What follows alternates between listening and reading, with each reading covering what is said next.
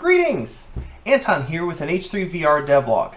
I have been fast at work this week, continuing to work on the meets game mode, which means that I don't really have anything exciting to show this week, as it's been mostly back-end database work, designing sequences, that sort of thing. And so, seeing as it has been a number of months since I've done this, I decided to do a Q&A and sort of a roadmap update for you all this week.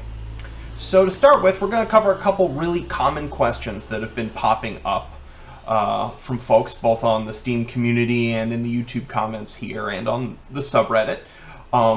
This one the first sort of question here, I've been asked a number of times, and I've had to basically do the same answer every time, so I figured I'd put it in video, which is that a lot of folk tend to ask whether I'll end up putting something like ballistics gelatin into the game. And there's a very specific reason why this isn't going to be present that has to do with what ballistics gel is, which I think a lot of people don't quite understand, or they don't understand what it is relative to, say, what we can do in real time in a game. Ballistics gel is a testing medium. And what that means is that it has sort of very specific properties. It's generally considered to be an analog for swine flesh, which is very similar to human flesh, which is why it's useful, in that if you mix it consistently and then fire various sorts of rounds at it, you get these sort of consistent, measurable, and chartable results. Now, the reason that we use gel and not, say, a computer simulation for doing this is that terminal ballistics against something like a gel, anything that isn't, say, a perfectly hard surface, are incredibly complex. And I mean complex far beyond what you could hope to do in real time, and probably far beyond what you could do with a high-fidelity simulation and a ton of compute time. And so what this basically means is that the way I've phrased it is that if I could simulate ballistics gel even coarsely in-game, then we wouldn't need ballistics gel in real life. We are using it for the reasons that it's almost like it's a computational medium of its own. So, but that's the reason that it's not present. Even the only way to represent it would be to actually get, dozens and dozens and dozens of bricks of ballistics gel and actually shoot them, and then somehow scan and record all of those results and represent them visually. It's wholly, I wouldn't say impossible, but it's ludicrously infeasible. So hopefully that makes sense as to why I have to say no every time someone asks that. I always get tons of questions about sort of what other firearms and types of firearms are going into the game. I know there hasn't been new toys of that sort in the game for a while, and that's in part because I tend to work in a bit of a cycle with H3, going between systems, mechanics, content, which is what firearms fall under, and then polish, cleanup, bug fixing, and sort of going around in a loop like that, especially given just how broad the content in the game is. Right now I'm deeply centered on a sort of big mechanics push with the meets game mode, but basically probably by the end of this month, beginning of next month, I'm going to be throwing in a bunch of new toys, so don't worry. In terms of categories of things that are going to be coming this year, I've mentioned before, but I figured I would remind you, I am going to be doing some World War II firearms. I've already got a ton of the models. It's more a matter of implementation and designing the sort of interaction schemas that are unique to that era's firearms. I still want to do a black powder one, and black powder firearms are one of those categories that I know very, very little about, including sort of like what people think of as being sort of like the archetypal ones. So especially if you happen to be someone who's into black powder weapons and sort of like knows them quite well, knows sort of like what the sort of greatest hits or sort of archetypal ones, I would love to know that. So in terms of suggestions like that, if you want to drop that into the subreddit specifically so I can keep track of it, just with some links, I would love a sort of an ingress point for that, for doing some research. Also, if you happen to live in Southern California and own some black powder firearms and are ever looking for a shooting buddy, I have never been able to I think I've fired like a more modern black powder shotgun but that's about it. I've never fired a flintlock. I've always wanted to. So if you happen to be of that or know of any sort of like SoCal sort of groups that do that type of shooting, please let me know. And then lastly, in terms of firearms, I get asked a lot about fictional stuff. The one thing that while I do have some plans for some more fictional and fun and sort of sci-fi-y firearms at some point, mainly because I want to make ones that are oriented on interesting interactions. I'm not gonna ever be putting in firearms from other video games. So please, every now and again I get a request like, hey, can you put in a rifle from Halo, or can I have a lightsaber and things like that? By and large, no. And it's both that's other people's IP, and it's also that, like, fundamentally in most of those cases there isn't, how to put it, they just function the way regular firearms do in most cases. So I don't think they bring much of anything to the table. So if you do eventually see sort of other IP fictional firearms enter the game, it's usually going to be because they systemically and from an interaction standpoint have something sort of really novel and unique that makes them worth the implementation effort to sort of bring it.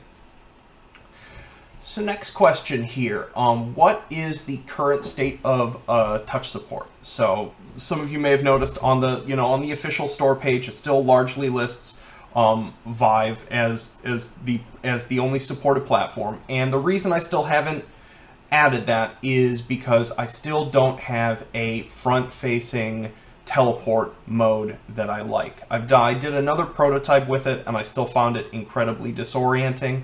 I still need to carve out some time to play another game or two in a sort of front-facing mode just to figure that out. It's a difficult problem to solve, especially if you want to do something where you're actually teleporting very short distance, but then sort of rotating heavily. I'm still figuring out the right amount of user feedback to always be letting the player know where they're facing, where they're going to face, and make sure that there is enough continuity between that for it to not stink. It is going to be a distinct locomotion mode. It isn't just going to be an option for under the advanced options of teleport, because it has to function differently in a bunch of ways with different sorts of sort of UI elements. So, but that is still in progress in case any of you are waiting for it. I'm still just trying to make it not stink. So, on to just some other roadmap-y stuff. I'm obviously, primarily focused on the meets mode at the moment, making sequences, building the sort of unlock system. I just wanted to go ahead and remind you as well, I know some folks were like, I don't want to have to unlock things. You are going to be able to suspend it. There'll be a menu option. It's either going to be in options or it's going to just straight up be in that scene. I'm still deciding. I've also been hearing a whole bunch of feedback from you folks in regards to the sequences themselves, the sort of things that you'd like to see, as well as certain quality of life options. So in next week's update, there'll be an ability to abort the sequences. You're going to have richer information about how many waves and how sort of long the sequences are going to be, as well as recommended capacities for the firearms. I've pretty much figured out category restriction for those, so while there will be certain sequences where you can just spawn anything you want, there'll be other sequences that will be like, only SMGs are allowed, and if anything that isn't an SMG is spawned, it will basically tell you that illegal equipment is present, and you'll be able to click a button on the interface to despawn it. So yeah. Quick belt customization is still in progress. I actually finally started working on that, but it's because it requires some actual sort of tool development to not stink. I'm still in the sort of design phase for that, just because there are a whole bunch of ways in which one could come up with a quick belt configuration that would break or do unusual things, especially in regards to overlap and placement. So still working on that, but it is coming. And then in terms of longer term roadmap stuff, I would say there are sort of three categories of what's on my horizon that's all in various stages of planning and design. The first thing is that at some point I'm going to be making a migration from Unity 5.5 to 5.6. once there's a 5.6 version that doesn't have any showstoppers in it and it's nice and stable. And the big exciting feature for this, which is going to end up requiring a lot of work, is that is a big lighting upgrade. So this is in sort of two pieces. One, Unity has a new progressive light mapper that they've been working on that gives really superior results to Enlighten, which just excites me as an environment guy. But what's important with it, what goes with that, is that Unity finally can have what's called HDR, or high dynamic range lighting, along with MSAA, anti-aliasing, which we need so that everything doesn't look like a jaggy mess. From 5.5 and earlier, i.e. the version that we're in right now, you have to pick either or. You can either do HDR and what's called tone mapping, or you can have anti-aliasing. We can now have them both at once in 5.6, and what this will allow me to do is finally give the game that really nice cinematic tone mapping curve, which, if you don't know what that is, it's basically what makes every modern next-gen game looks next-gen. It's that it's been tone mapped, like the sort of luminance and contrast curve of the game has been adjusted globally. It's somewhat responsive to overall luminance levels, and it's basically just been color graded and tweaked closer to the way a film is. And I haven't been able to use that functionality, at least cheaply, because I've needed MSAA. So what it does mean is that I'm going to have to go back into every scene in the game and basically re-level and adjust all the lighting, adjust pretty much every emissive effect in the game so it's the appropriate amount of brightness.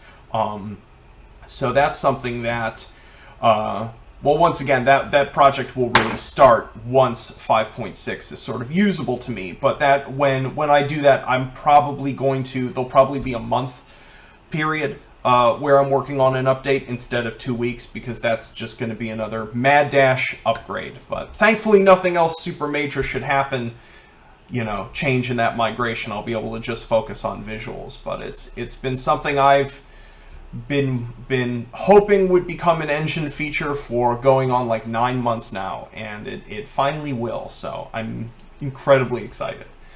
Number two thing is some major sound system rebuilds. So this is embarrassing, but pretty much 100% of the way that sound works in this game is an absolute anti-pattern of design. And this is just that this is very, very common in indie games.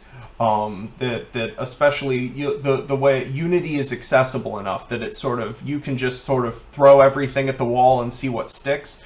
When it comes to sounds, you can work in a very non-organized way, and things are functional, but you don't have a tremendous amount of control. So I know right now, like, there's just consistent reverb across all of the different scenes, because I don't actually have a better global configuration system. I'm not using Unity's mixer systems, for example. There's a whole bunch of stuff that I haven't done in a big way because I've just been kicking that can down the road, waiting for the right time to actually architect something far more intelligent. And there's a bunch of artifacting that sometimes happens. Some of you may notice with like the if you've got like two M4s and you're firing them fully auto, the sound system just sort of gets overwhelmed. And it's because I'm not pooling things well. Well, I'm not pooling them at all, and I'm not managing the situation of many voices at once well at all. And so that's something that I'm currently in the design phase on, and trying to like architect that correctly so that I can sort of rebuild that system once and then move forward with far more intention with sound, because I would like especially the firearm sounds to react far more to what environment they're being shot, so that we get a far more distinct sonic difference from being in, say, the indoor range versus out in the Arizona scene versus in sort of in the warehouse scene. Like, those should all sound really distinct from each other, and they super don't at the moment. So that is very much within my horizon. I get a comment about the sound about once a week or so. So I'm not ignoring it. It's just I have dug myself a very, very deep hole in a year's work of not doing sound correctly at all in that regard, and have to slowly dig myself back out of it. And then the third thing that we're working on, in part because I think it's just going to be fun and some folks really enjoy this, is doing achievements and doing a whole bunch of other sort of meta activities and challenges sort of tied around them. So obviously achievements mean something a little bit different in a sandbox game. A number of them are sort of present to encourage you to explore the sort of goofy boundaries of the system. There will be achievements tied to some specific game modes. There'll be achievements tied to doing some like trick shot and trick load related things. It's going to be fun. We've got this huge master list we're all working on as a group and doing all sorts of groan-worthy puns for them. But it's something that I've never gotten a chance to sort of like work on and play with design-wise. So yeah, it's fun, and it's a type of, how to put it, it's another type of artificial structure for the game that's there if you enjoy that sort of thing, if you like collecting them and trying to get all the achievements. But if it's something where you're like, I don't care, it isn't going to interfere with your play experience at all. So yeah, so that just about covers things in terms of what I'm working on currently, what the near-term roadmap is. If there are any other sort of questions you have involving the sort of game's direction and what is eventually going to be present or not, as always, feel free to drop them in the comments, drop on the Reddit threads and such. And I will try to answer. Just, I have one request. If there's one little pet peeve that Anton has, is the incomplete sentence request. It's if you want to guarantee that I'm never going to respond to your question, just be like, LMGs, question mark! Like, if you can't take the time to actually write a long form sentence in terms of a request or a question, don't expect me to take the time to respond to you. So that's my one little pet peeve. Please use complete English sentences and similarly, if you're having a problem in the same category, if you are running into a bug, please take the time to actually go to the Steam Community Forum bug report section and fill out the problem that you're having. If you give me a broken clause and a half sentence in a YouTube comment about a problem you're having, that's not enough information for me to help you. So please, if you're ever running into issues, Steam Community Forums, go ahead and post your system spec, try to describe the problem in depth, and you'll be far more likely to get rapid help from me. So that's enough of that. I hope you all have a wonderful week. I'm going to dive back into working on the meats and the meats sequences, having a blast with them. So yeah, and I will see you all next week. Peace.